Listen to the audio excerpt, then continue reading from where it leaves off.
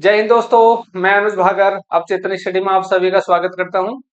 उम्मीद करता हूं सब कुशल मंगल होंगे, एकदम राजी खुशी होंगे, सबका स्वास्थ्य भी अच्छा होगा। पिछली क्लास में हमने सर्वनाम पर चर्चा करी थी।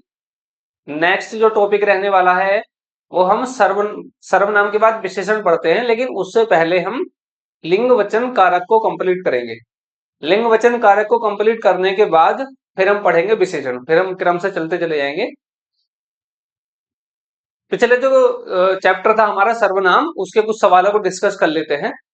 हमने आपको बताया था कुल सर्वनाम की संख्या कितनी होती है। सर्वनाम कुल 6 प्रकार के होते हैं। और कुछ सवाल डिस्कस कर लेते हैं। जैसे अगर मैं आपसे सवाल करूं कि प्रश्नवाचक सर्वनाम कौन कौन से होते हैं, तो प्रश्नवाचक सर्वनाम कौन कौन से बताए थे हमने, कौन और क्या। अगर आपसे सवाल पूछता है कि भाई यह और वह, ये किस प्रकार का सर्वनाम है, तो आप क्या बोलोगे, निश्चयवाचक सर्वनाम। ठीक है। तो आज के हमारा जो टॉपिक है वो है लिंग। तो हम इसको पढ़ेंगे स्त्रीलिंग पुल्लिंग, यानी जो लिंग दो प्रकार के होते हैं, इस पर अच्छे से चर्चा करेंगे। और जो भी सवाल आपसे बन सकते हैं यूपीएसआई और यूपी कांस्टेबल में, उनको अच्छे से चर्चा करेंगे। क्योंकि कई बार सीधा सीधा सवाल बनता है कि निम्नलिखित शब्द में बताएं किस प्रकार का लिंग है, स्त्रीलिंग है या पुल्लिंग है। तो 3-4 सवाल इस तरह से बन जाते हैं।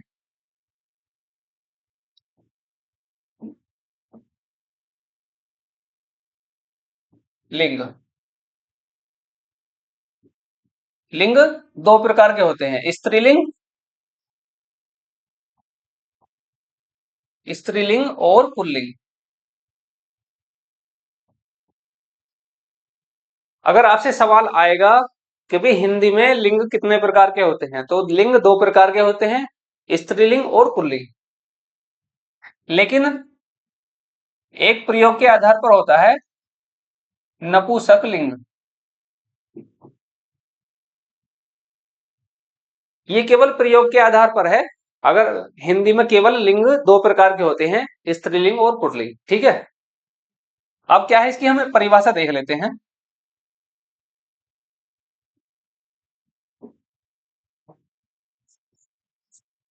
संज्ञा के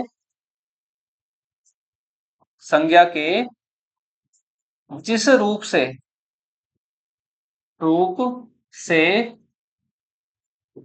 किसी किसी व्यक्ति या वस्तु के व्यक्ति या वस्तु की नर या मादा जाति का बोध होता है। नर या मादा जाति का बोध होता है, का बोध होता है, उसे व्याकरण में लिंग कहते हैं। उसे व्याकरण में लिंग कहते हैं।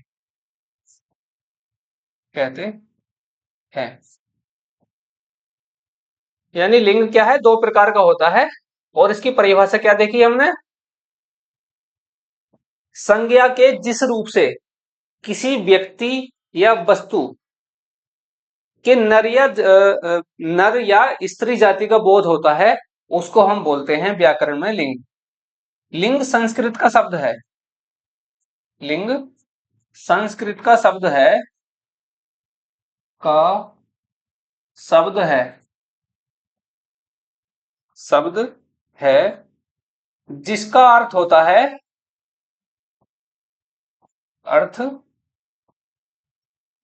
है चिन्ह या निशान। चिन्ह या निशान। तो सवाल आपसे इस तरह से भी पूछा जा सकता है कि भाई संस्कृत भाषा का जो ये शब्द है, यानी लिंग संस्कृत का शब्द है जिसका अर्थ क्या होता है, चिन्ह या निशान। ठीक है। कितने प्रकार के होते हैं, दो प्रकार के, स्त्रीलिंग और पुल्लिंग। अब हम देखते हैं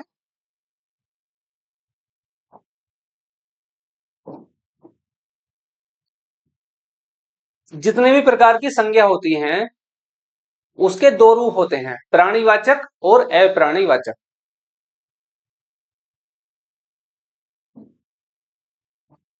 प्राणीवाचक, प्राणीवाचक और अप्राणीवाचक, अप्राणीवाचक।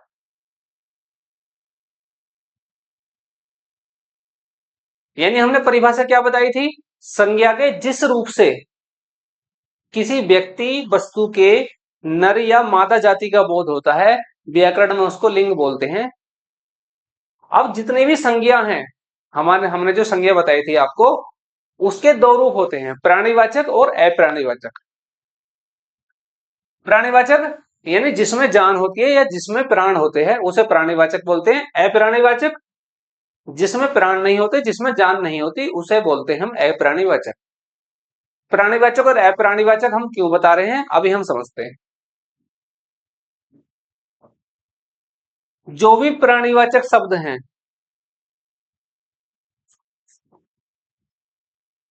प्राणीवाचक में प्राणीवाचक में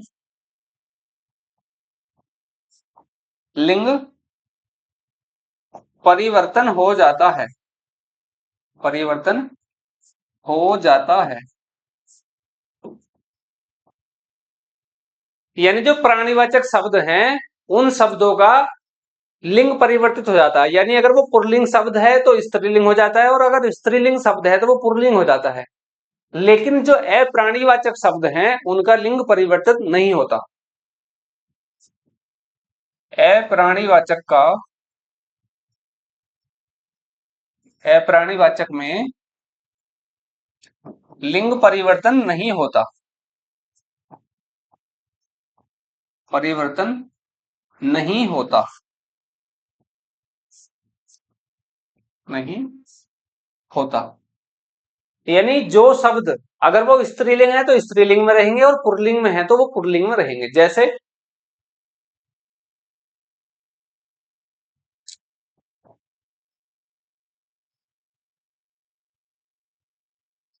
जैसे प्राणीवाचक हम कोई शब्द ले लेते हैं, जैसे क्या हो गया, लड़का। तो लड़का का क्या हो जाएगा, लड़की, लड़की।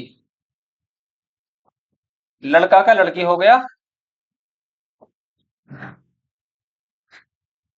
बालक का बालिका, बालिका।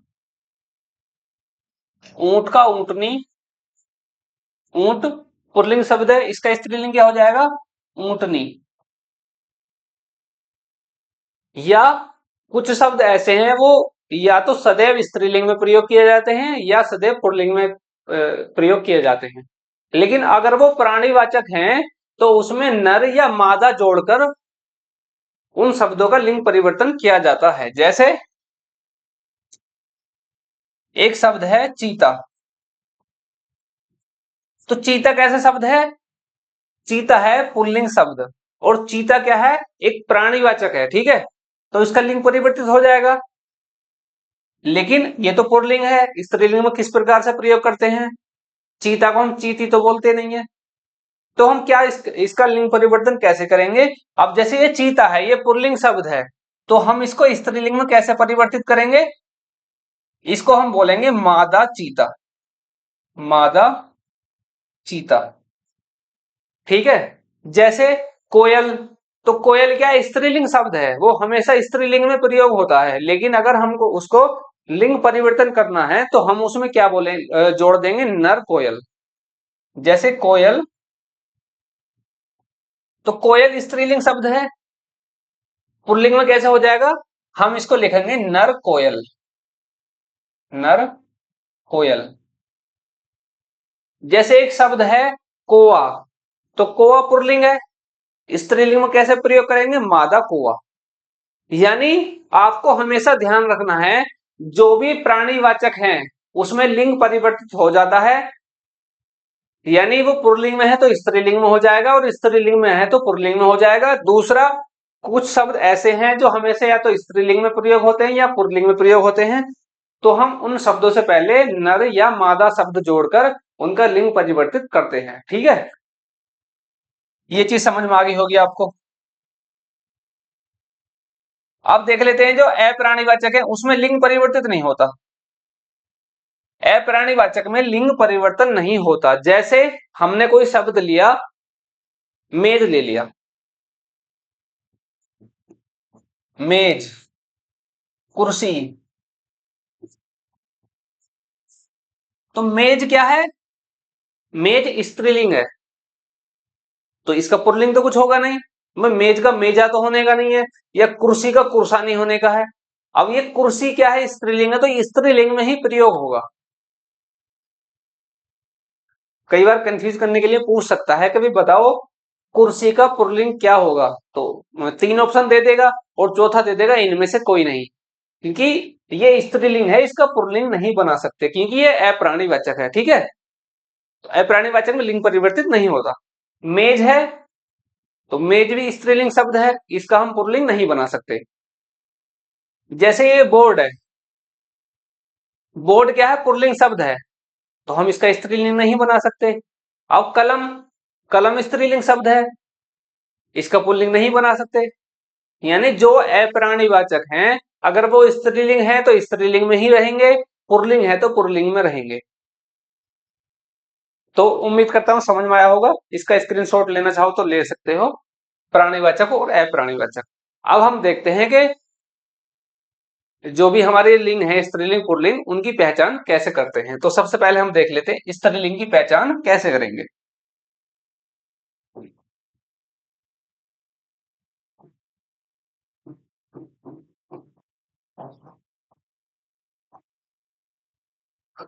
स्त्रीलिंग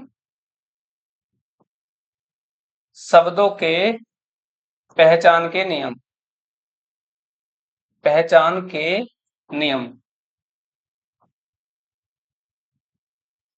अब ऐसे तो बहुत सारे शब्द हैं, अब हम उन शब्दों को रटेंगे थोड़ी भाई। उनके जो कुछ बेसिक से नियम हैं हम उनको जान लेंगे तो हमको पता चल जाएगा। अब हालांकि उसमें अपवाद भी होते हैं, तो हमें बस कुछ जो मुख्य मुख्य हैं, जो भी हमारे दैनिक जीवन में यूज होते हैं, जो शब्द या जो भी वस्तुएं हमारे दैनिक जीवन में यूज होते हैं, उनके जो नाम वगैरह होते हैं, या जो भी एग्जाम में लगातार पूछे गए हैं, या कुछ अपवाद हैं, तो लगातार उनसे ही प्रश्न आता है।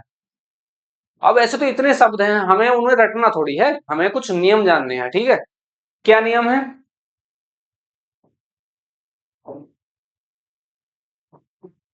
जिन शब्दों के अंत में, जिन शब्दों के अंत में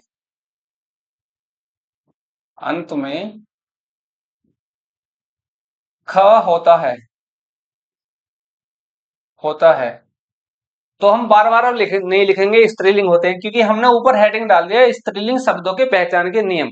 अब हम देखते हैं कि जिन शब्दों के अंत में ख होता है वो कैसे होते हैं स्त्रीलिंग। जैसे ईख, चीख, भूख, राख, कोख,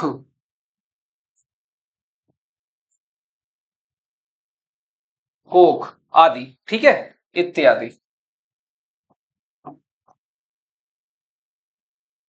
अब जैसे इन शब्दों के अंत में क्या है? ख्या लगा हुआ है। ईख कैसा शब्द है? स्त्रीलिंग। चीख यानी शेर को देखकर या चीता को देखकर उसकी चीख निकल गई, हम ऐसे थोड़ी बोलेंगे चीख निकल गया। भूख, भूख लगा नहीं है, भूख मतलब लगता नहीं है, भूख लगती है। ठीक है। राख, राख भी होती है ना कि होता है। कोख इत्यादि। साख, देख रेख, यानी जिन शब्दों के अंत में ख होता है वो लगभग अधिकांश स्त्रीलिंग शब्द होते हैं। अब इसके अपवाद क्या हैं? अपवाद भी देख लेते हैं भाई हम। अपवाद, जैसे पंख, पक्षियों के पंख होते हैं, इसमें भी लास्ट में खा है, लेकिन ये फिर भी पुल्लिंग शब्द है। जैसे दुख, तो दुख होता है ना कि दुख होती है। अच्छा, एक चीज हम यहाँ पे नोट कर सकते हैं आपको कोई भी ऐसा शब्द हो जिसका ये ना पता चले भी ये पुल्लिंग है और स्त्रीलिंग है, तो उन शब्दों को हम वाक्य में प्रयोग करके देख सकते हैं। उन शब्दों को वाक्य में प्रयोग करके देख सकते हैं। अब जैसे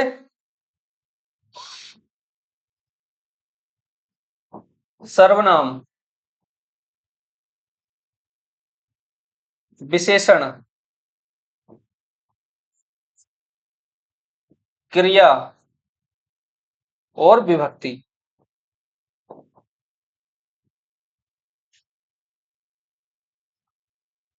यानी जो लिंग को जब हम वाक्य में प्रयोग करते हैं, तो ये जो सर्वनाम, विशेषण, क्रिया और विभक्ति, इनको प्रयोग करके देखते हैं। तो अगर हमारा वाक्य ठीक बन रहा है, उसका रिदम ठीक बन रहा है, तो उनसे हमको लगभग लगभग पता चल जाता है कि भाई इसमें स्त्रीलिंग है या पुल्लिंग है। जैसे सर्वनाम,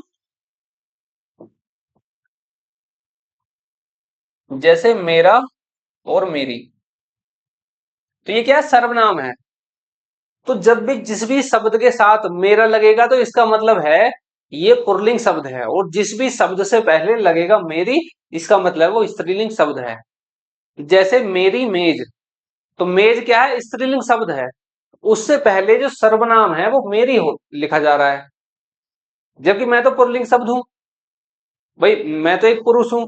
लेकिन ये क्या, मेज क्या है? मेज एक स्त्रीलिंग शब्द है, और उससे पहले जब हमको सर्वनाम लगाना है, तब कौन सा लगा रहे हैं? मेरी।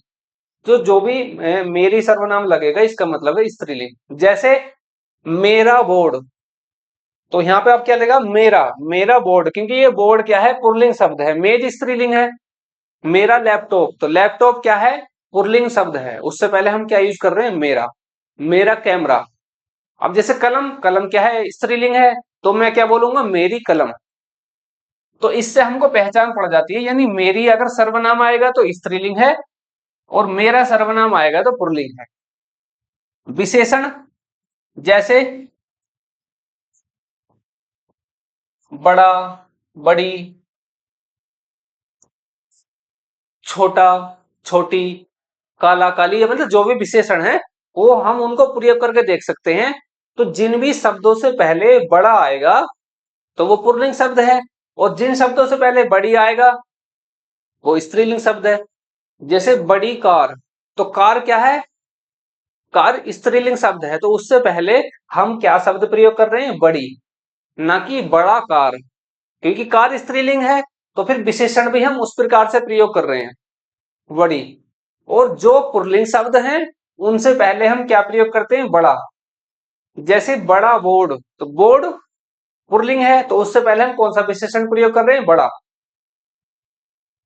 बड़ी कुर्सी, बड़ी मेज, बड़ा कैमरा, बड़ा लैपटॉप, तो ये जो विशेषण हैं, इनसे हमको पता चल जाता है कि भी कौन सा शब्द किस प्रकार से है। जैसे अब क्रिया, जैसे चलना एक क्रिया है, तो हवा चल रही है,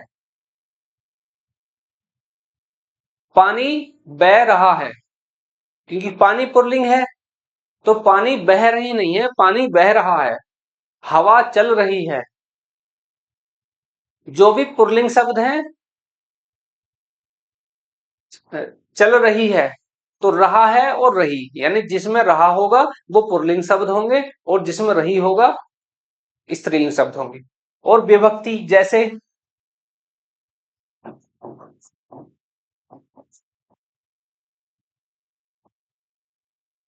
गुलाब का रंग लाल होता है, लाल होता है। यानी जो विभक्ति हैं, जो भी कारक विभक्ति होते हैं, उनको प्रयोग करके देखते हैं, तो उससे भी पता चल जाता है। जैसे अब रंग क्या है? ये क्या है? ये विभक्ति हो गई, ये कारक विभक्ति हो गई। अब रंग क्या है? ये पुल्लिंग शब्द है। तो जो पुल्लिंग शब्द है, तो उससे पहले क्या का प्रयोग किया है, ना कि की। अब जैसे का प्रयोग क्यों कर रहे हैं? क्योंकि जो रंग है वो पुल्लिंग शब्द है। अब जैसे गुलाब की खुशबू, खुशबू। अब जैसे खुशबू क्या है? स्त्रीलिंग शब्द है, तो इससे पहले हम की यूज कर रहे हैं। रंग पुल्लिंग है, तो इससे पहले हम का यूज कर रहे हैं। ठीक है। तो सीधा सा नियम है, अगर अधिकांश है, अब जैसे दही, हम सामान्य बोलचाल में दही को स्त्रीलिंग में प्रयोग करते हैं, यानी दही खाई जाती है, जबकि दही खाया जाता है। दही क्या है? पुल्लिंग शब्द है। तो ऐसे कुछ अपवादों को छोड़कर अधिकांश शब्दों को आपको पता चल जाएगा कि ये पुल्लिंग है या स्त्रीलिंग है। ठीक है, बाकी हम प्रयोग करके देख लेते हैं। बाकी हम कुछ बेसिक्स नियम को समझ लेते हैं, यानी जिनके अंत में खा आता है। अब देख लेते हैं हम दूसरा। दूसरा नियम क्या है?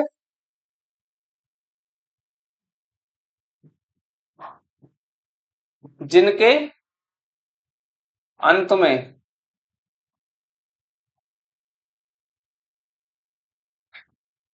इया आए,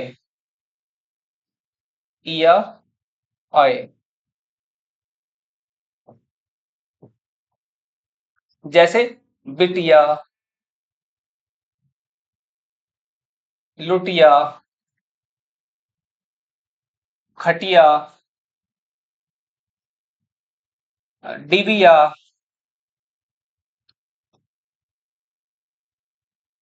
यानी जिन शब्दों के अंत में इया आए, जैसे बिटिया, लुटिया, खटिया, डिबिया, पुड़िया, तो ये सारे शब्द कैसे हैं? स्त्रीलिंग शब्द हैं। ठीक है।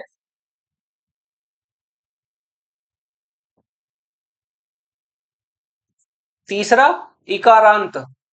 इकारांत यानी जिन शब्दों का अंत बड़ी ई से होता है, वो सभी स्त्रीलिंग होते हैं अधिकांशतः। जैसे नदी, चिट्ठी, टोपी, रोटी आदि। ठीक है। यानी जिन शब्दों के अंत में बड़ी ई होती है, यानी इकारांत, जिन शब्दों के अंत में बड़ी ई आती है, अधिकांशतः ऐसे शब्द स्त्रीलिंग होते हैं। अब इसके अपवाद भी है। जो लिंग चैप्टर है, इसमें बहुत सारे अपवाद हैं। अपवाद देख लेते हैं। अपवाद कौन कौन से हैं? घी, तो घी पुल्लिंग है, जैसे जी, घी, जी। और कौन से शब्द हो सकते हैं? दही, तो दही पुल्लिंग है, मोती आदि। जो बड़ी से समाप्त होते हैं, वो अधिकांशतः स्त्रीलिंग होते हैं। उकारांत, उकारांत यानी जो बड़े ऊ की मात्रा से जो शब्द समाप्त होते हैं, वो स्त्रीलिंग होते हैं। जैसे लू, जो लू चलती है, यानी लू चलता नहीं है, लू चलती है। बालू,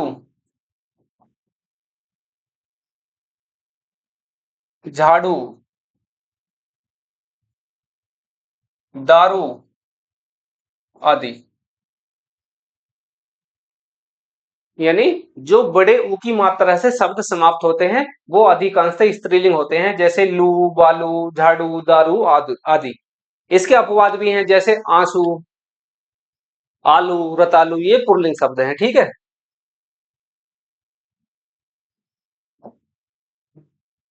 पांचवा नियम क्या है? अनुस्वारांत। अनुस्वारांत यानी अनुस्वार से जो शब्द समाप्त होते हैं, जैसे सरसों, सरसों, भों,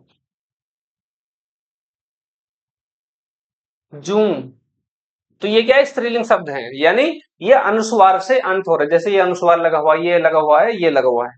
तो अनुस्वार से जो शब्द का अंत होता है, वो भी स्त्रीलिंग शब्द होते हैं। और इसके भी अपवाद हैं। जैसे अपवाद क्या है इसका? गेहूं,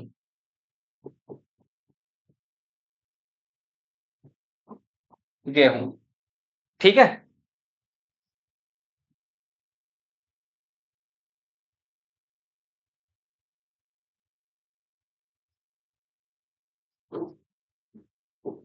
भाववाचक संज्ञा के अंत में, भाववाचक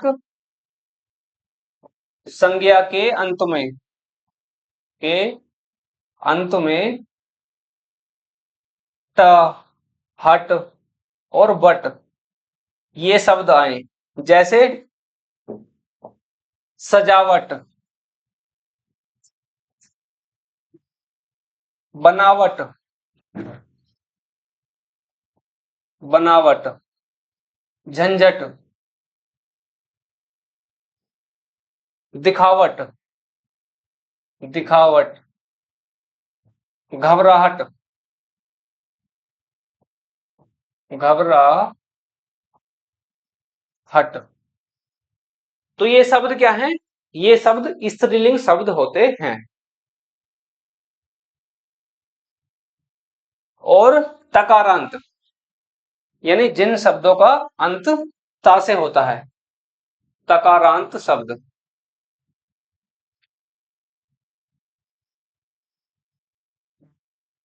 सातवां नियम है तकारांत। जैसे रात, रात गई, बात गई, भीत, तो भीत यानी जो दीवार होती है, छत, तो ये क्या है?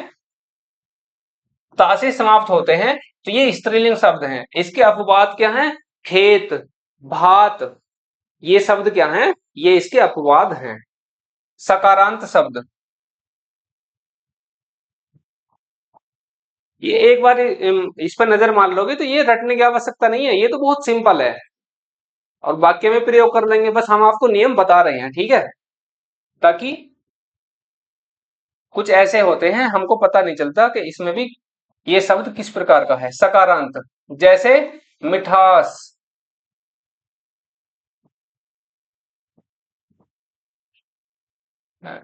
जैसे मिठास शब्द है, तो मिठास क्या है? ये जो इस लास्ट में सा आ रहा है, तो ये क्या हमने बताया था? सकारांत, यानी जो सा से समाप्त होते हैं, जैसे सांस, तो ये शब्द क्या है? ये शब्द हैं स्त्रीलिंग, यानी जो शब्द सा से समाप्त होते हैं। अब इसका अपवाद भी है। अपवाद क्या है? जैसे निकास, तो निकास होता है, यानी ये एक पुल्लिंग शब्द है, निकास, ठीक है।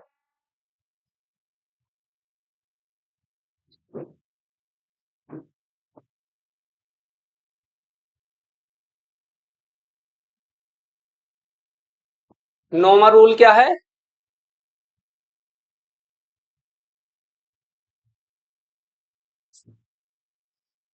नौवां है भाषा,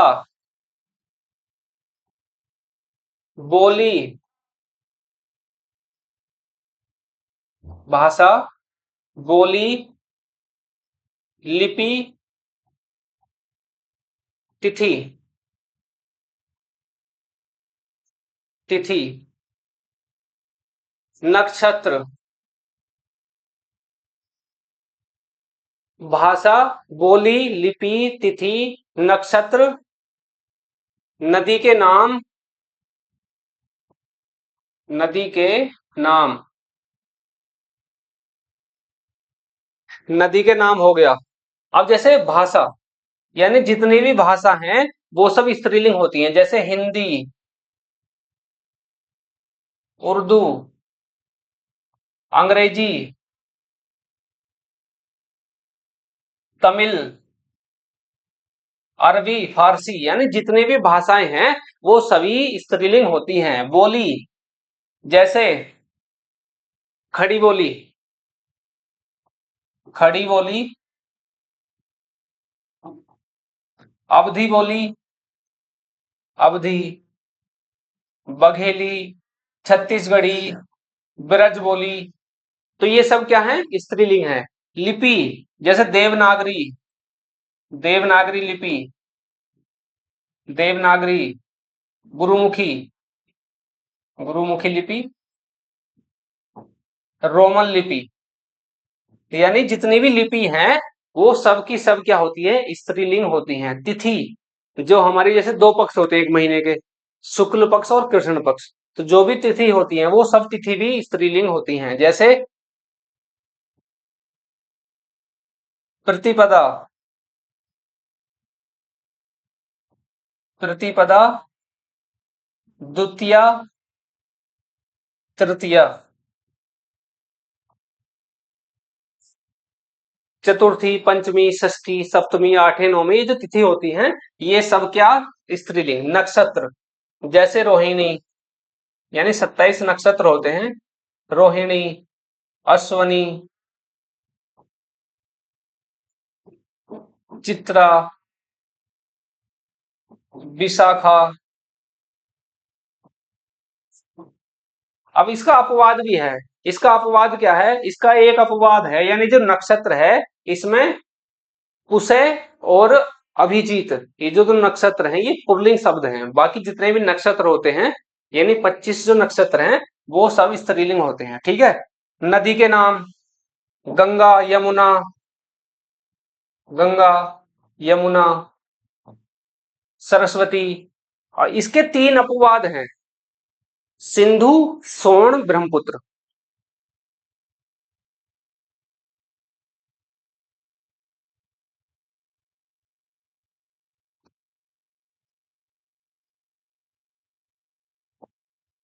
अपवाद, इसके 3 अपवाद हैं। कौन कौन से? ब्रह्मपुत्र, क्योंकि ब्रह्मपुत्र में पुत्र लगा हुआ है, तो जिसमें पुत्र है वो सीधी सी बात है वो पुल्लिंग होगा। सिंधु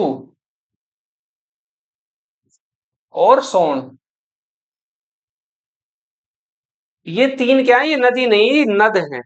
बाकी जो नदी है वो सब स्त्रीलिंग शब्द हैं, और ये जो ब्रह्मपुत्र, सिंधु और सोन है ये पुल्लिंग है। ठीक है। तो ये कंफ्यूज कर सकता था आपको, इस तरह से सवाल आ जाते हैं। ठीक है। नदी हो गया।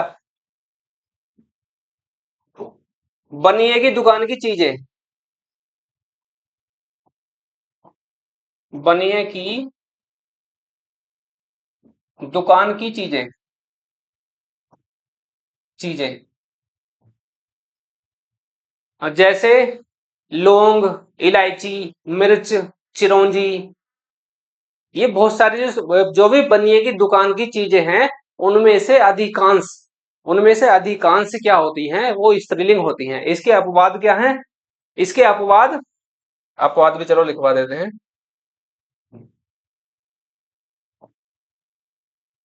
जैसे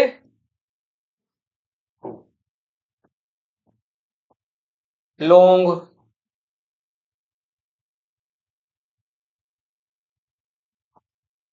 लौंग, इलायची,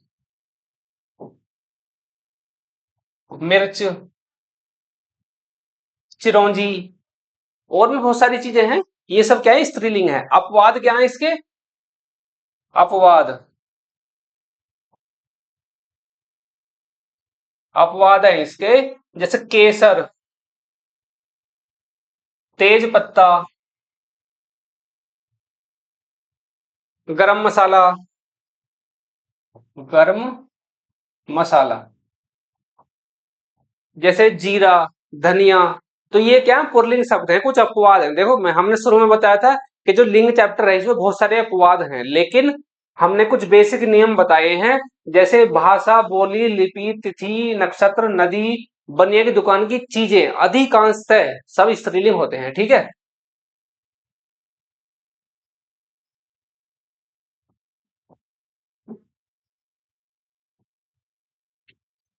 खाने की चीजें, खाने की चीजें जैसे सब्जी,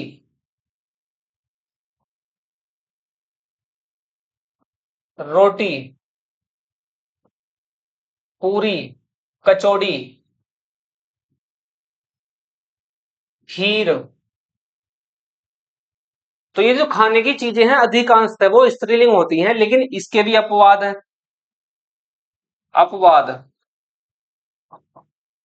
अपवाद क्या क्या है? जैसे दही खाया जाता है, लेकिन ये क्या है? पुल्लिंग है। रायता पुल्लिंग है। और भी बहुत सारी चीजें हैं जो खाने की हैं, उसके बाद भी वो पुल्लिंग है। ठीक है। तो ये अपवाद हो गए। तो ये हमने बताए स्त्रीलिंग शब्दों के पहचान के नियम। अब हम देख लेते हैं कि पुल्लिंग शब्दों के पहचान के क्या नियम हैं। ठीक है।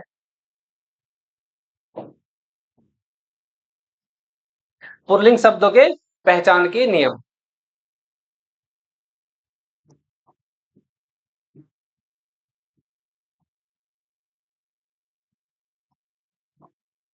शब्दों के पहचान के नियम।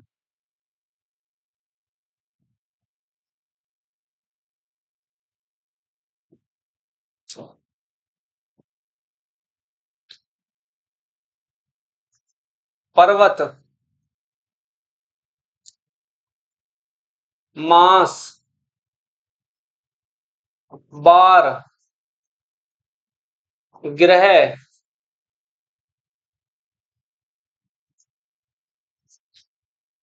ये सभी क्या हैं? ये सभी पुल्लिंग शब्द होते हैं। जैसे पर्वत हो गया हिमालय,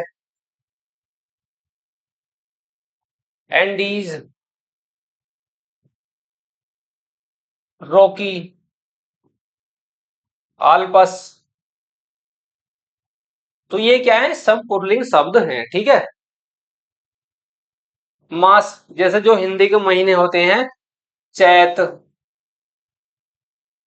ज्येष्ठ, आषाढ़, सावन, भादो, क्वार, कार्तिक, महा, फागुन। तो ये सब क्या हैं? ये सब पुल्लिंग शब्द हैं, ठीक है। वार, जैसे सोमवार, मंगलवार, ये सभी पुल्लिंग हैं। ग्रह, पृथ्वी को छोड़कर, पृथ्वी अपवाद है, पृथ्वी क्या है? स्त्रीलिंग है। जैसे शुक्र, बुध, बृहस्पति, ये सब जितने भी ग्रह हैं ये क्या है? पुल्लिंग हैं। अपवाद क्या है इसका? इसका अपवाद है पृथ्वी। तो अगर पूछा जाए कि पृथ्वी शब्द कैसा है, तो ये कैसा है? ये है स्त्रीलिंग शब्द, पृथ्वी। तो ये क्या है? स्त्रीलिंग है। नेक्स्ट, जो भी रत्न होते हैं हमारे, जैसे हीरा, जैसे हीरा हो गया, मूंगा पन्ना, मूंगा, पन्ना, मणिक, जितने भी हमारे रत्न हैं वो सब के सब क्या हैं? पुल्लिंग में आते हैं, ठीक है।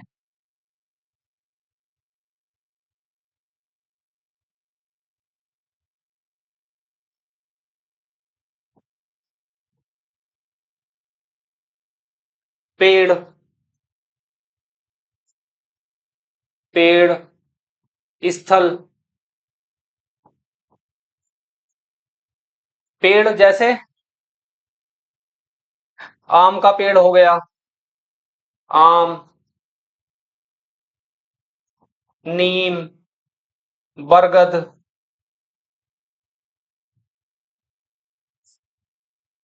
पीपल। तो ये जो भी अधिकांशतः पेड़ हैं वो सब के सब क्या होते हैं? पुल्लिंग होते हैं। इसका एक अपवाद है तुलसी। अपवाद क्या है? अपवाद है इसका तुलसी, ठीक है। स्थल, जैसे भारत, मेरठ, गाजियाबाद,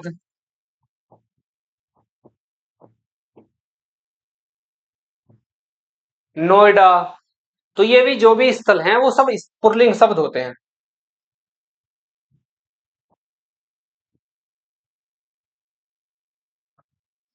स्थल हो गए शरीर के अंग, शरीर के अंग। तो शरीर के अंग अधिकांशतः क्या होते हैं? पुल्लिंग। जैसे हाथ, पैर, अ, हाथ पे हाथ हो गया, पैर हो गया, सर हो गया, गला हो गया, दांत हो गए। तो ये क्या है? पुल्लिंग शब्द हैं, लेकिन इसके भी अपवाद हैं।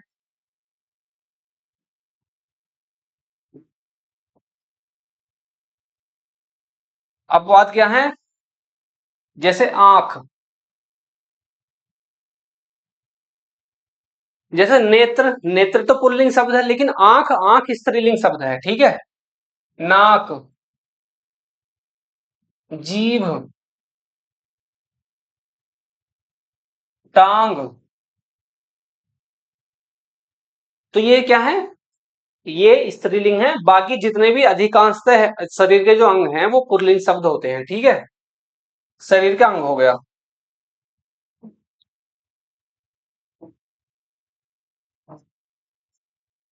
धातु, धातुएं, जैसे सोना, तांबा, लोहा,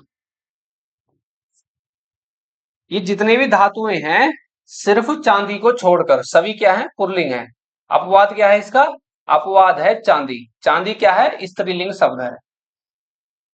चांदी स्त्रीलिंग है, ठीक है। जो भी पर्वत, मास, बार, ग्रह, पेड़, रत्न, स्थल, शरीर के अंग, ये सब क्या होते हैं? ये होते हैं पुल्लिंग शब्द, ठीक है।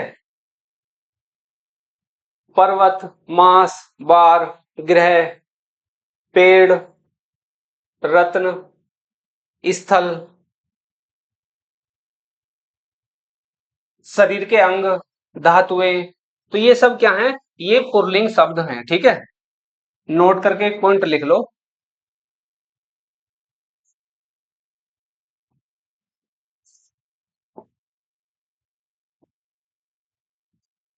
पृथ्वी,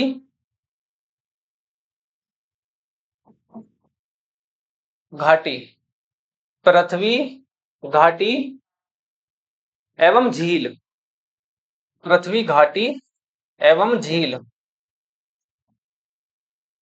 इनको छोड़कर,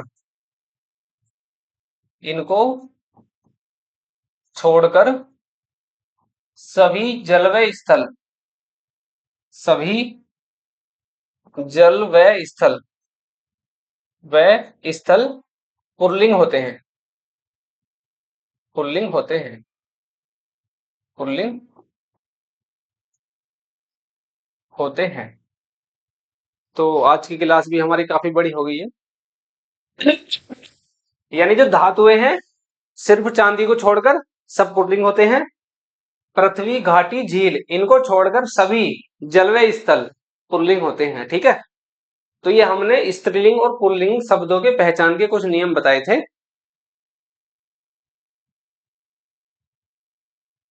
एक नियम और नोट कर लें।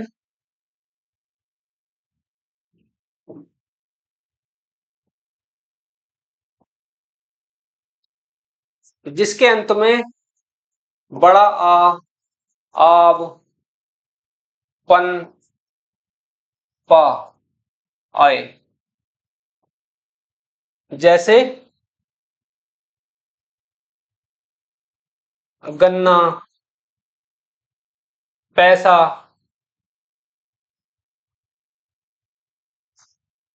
गन्ना हो गया, पैसा हो गया, जैसे चढ़ाव,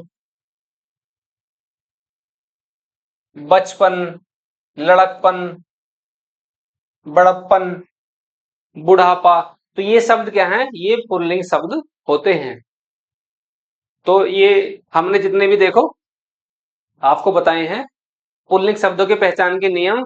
पर्वत, मास, बार, ग्रह, रत्न, पेड़, स्थल, ये सभी के सभी क्या हैं? ये पुल्लिंग शब्द होते हैं, ठीक है।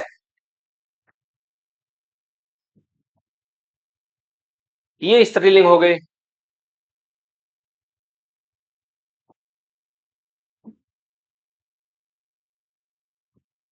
अनाज, अनाजों के नाम, ये भी क्या है? पुल्लिंग है। जैसे गेहूं, बाजरा, चावल, जौ, धान, तो ये क्या है? ये पुल्लिंग शब्द हैं। इसके अपवाद क्या हैं? अपवाद है इसका मूंग। ये मूंग, मूंग क्या है? स्त्रीलिंग है। ज्वार, तो ये स्त्रीलिंग है। बाकी अधिकांश जो अनाज हैं वो सब के सब क्या है? पुल्लिंग शब्द हैं। तो हमने ये देखा लिंग दो प्रकार के होते हैं, स्त्रीलिंग और पुल्लिंग। स्त्रीलिंग पहचानने के हमने कुछ नियम बताए हैं, पुल्लिंग शब्द को पहचान के कुछ नियम बताए हैं। बाकी हम जो भी पीवाईक्यू यानी जो पिछले सालों में आए हुए शब्द हैं उनको देखेंगे। ये कोई हार्ड टॉपिक नहीं है, बहुत सिंपल टॉपिक है, व्यवहारिक सा टॉपिक है। जो भी हमारे दैनिक जीवन में यूज की चीज है उनके जो भी नाम है उनसे हम देख सकते हैं कि ये स्त्रीलिंग है पुल्लिंग है, उससे हमको पता चल जाता है। और लगभग लगभग ऐसे ही शब्द एग्जाम में पूछे जाते हैं। ठीक है। अब जैसे प्रयोग के आधार पर नपुंसक लिंग होते हैं, जैसे कुछ पद हो गए, प्रोफेसर, वकील, शिक्षक, डॉक्टर, ये शब्द क्या है? ये है नपुंसक लिंग। ठीक है। तो हमने ये देखा है। अब आज हमारा चैप्टर समाप्त हुआ लिंग। कल वचन पर चर्चा करेंगे, उसके बाद कारक, उसके बाद हम विशेषण पढ़ने वाले हैं। ठीक है। तो साथियों आज अपनी क्लास को यहीं पर रोकते हैं, अच्छे से रिवीजन करते रहें। एक दो बार रिवीजन करोगे इसका, वो आपको अच्छे से माइंड में फिट हो जाएंगी चीजें। ठीक है। तो जल्दी ही मिलते हैं। नेक्स्ट टॉपिक हमारा रहने वाला है वचन। तब तक अपना ध्यान रखें। धन्यवाद।